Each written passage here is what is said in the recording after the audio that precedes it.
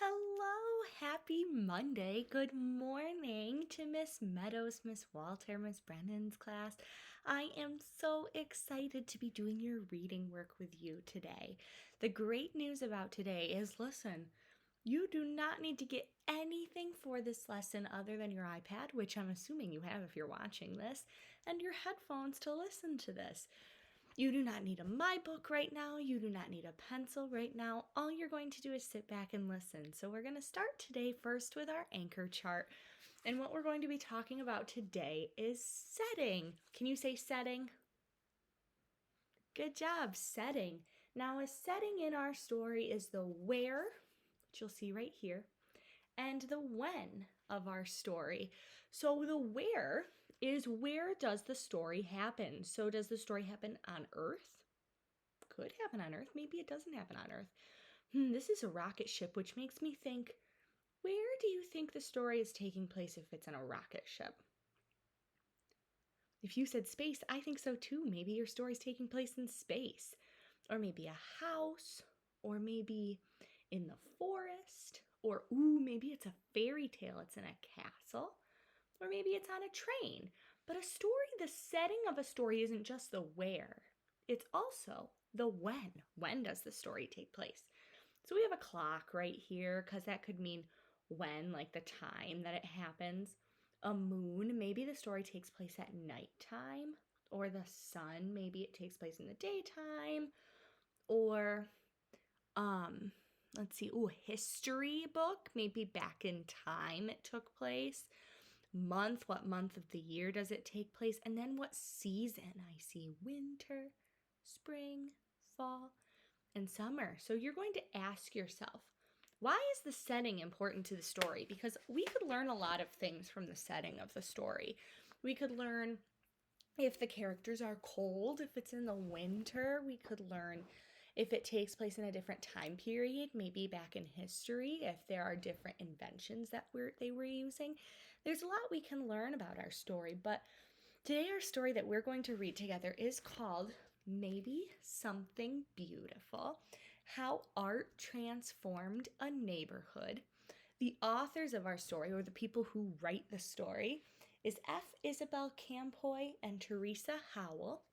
And then it is illustrated by, which means our pictures are drawn by, Rafael Lopez.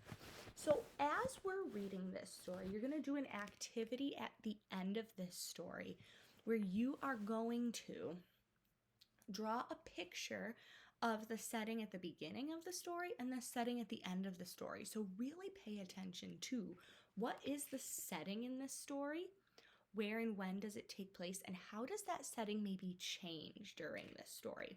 So again, remember, you do not need your My Book. You do not need a pencil right now. As long as you are sitting quietly and listening on your iPad, you are doing exactly what you need to do, okay? I'm going to open my book and we're going to listen to this story together. I see our first hint of the setting on this page. I see what looks like a gray sky and some kind of dark brown gray buildings. I don't see a lot of color on this page. That's an observation that I made. But let's see what else we're going to find out. Maybe something beautiful. I see what looks like maybe our main character is a prediction I'm making, and it looks like she's got a paintbrush and she's painting something. I wonder what she's going to use that paintbrush for in our story. Maybe you have an idea.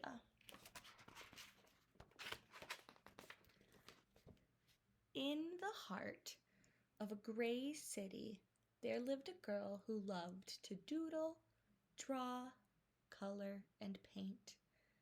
Every time she saw a blank piece of paper, Mira thought to herself, maybe. And because of this, her room was filled with color and her heart was filled with joy. So we've met our main character. Our main character is Mira, and we know something about her. We know that she loves to doodle, draw, color, and paint. And because that, her room was filled with color and her heart was filled with joy. And I notice her room kind of looks like the only part of this page that's got color. Very colorful here, and it's very dark over here. That's what I'm noticing about the setting, is it looks very dark right now at the beginning. On her way to school one day, Mira gave a round apple to Mr. Henry, the owner of the shop down the street. She gave a flower to Ms. Lopez, the lady with the sparkling eyes. Once again, it looks like Mira is the most colorful part of all these pages. She gave a songbird to Mr. Sachs and a red heart to the policeman who walked up and down the streets. On her way home, Mira taped a glowing sun on the wall, hiding in the shadows. Her city was less gray, but not so much. So now we know, we just got a clue about the setting, that the setting takes place in a city, and that the city is very gray, but Mira is working hard with her paintings to try and make it less gray. And we can tell it's a city, number one, because it told us it's a city, and number two, see these tall buildings and how there isn't much trees. That's how we can tell it's a city, the tall buildings. The next day, Mira saw a man with a pocket full of paintbrushes. Ooh, he looks very colorful. He gazed at the wall. He looked at her son. He held up his fingers in a square. See if you can hold your fingers up like that. And peered through them. He said thoughtfully. What do you see? Mira asked. Maybe something beautiful, the man replied. It's our title of our story. He sees maybe something beautiful. Look how fun this page is. We get to turn it this way. Wow. Look at this beautiful streak of color when he's painting. Then, just like that, he dipped a brush in the paint. Bam! Pow! The shadows scurried away. Sky blue cut through the gloom. The man's laughter was like a rainbow spreading across the sky. Take a look at our text features here. When we see bam and pow, see how they are big and in red? That means I don't read them like bam, pow. I read them loud, bam, pow, because that's how the author wants us to read it. That's what the text feature says.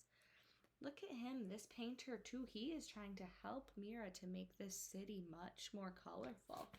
Maybe our setting is going to change by the end. Who are you? Mira asked. I'm an artist, he said.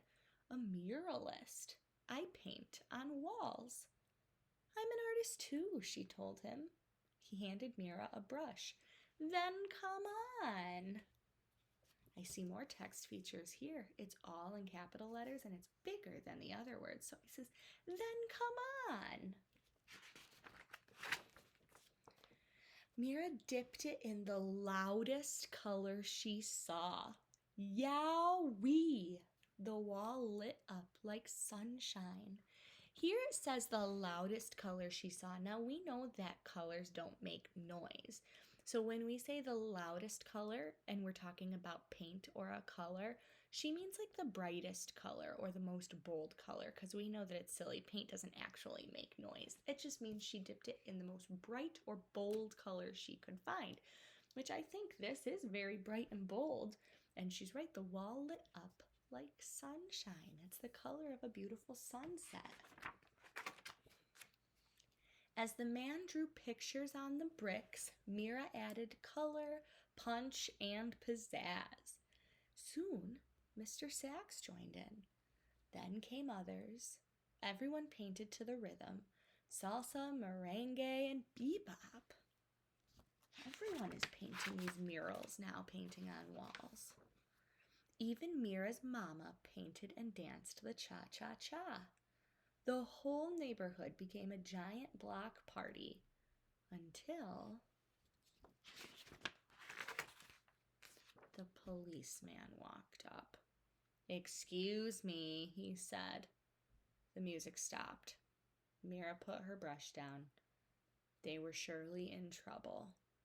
The officer cleared his throat, then paused. May I paint with you? He asked. So Mira handed him a paintbrush and the music started again. That surprised me. I thought they were going to be in trouble like Mira did, but he just wants to paint with them. He couldn't help it when he saw all those beautiful colors. Teachers and papas jumped in, babies too. Mira and the man handed out brush after brush. Color spread through the streets, and so did joy. We have another page this way. How fun. Wherever Mira and the man went, art followed like the string of a kite. After they colored the walls, they painted utility boxes and benches. They decorated sidewalks with poetry and shine, and everybody danced. Together they created something more beautiful than they had ever imagined.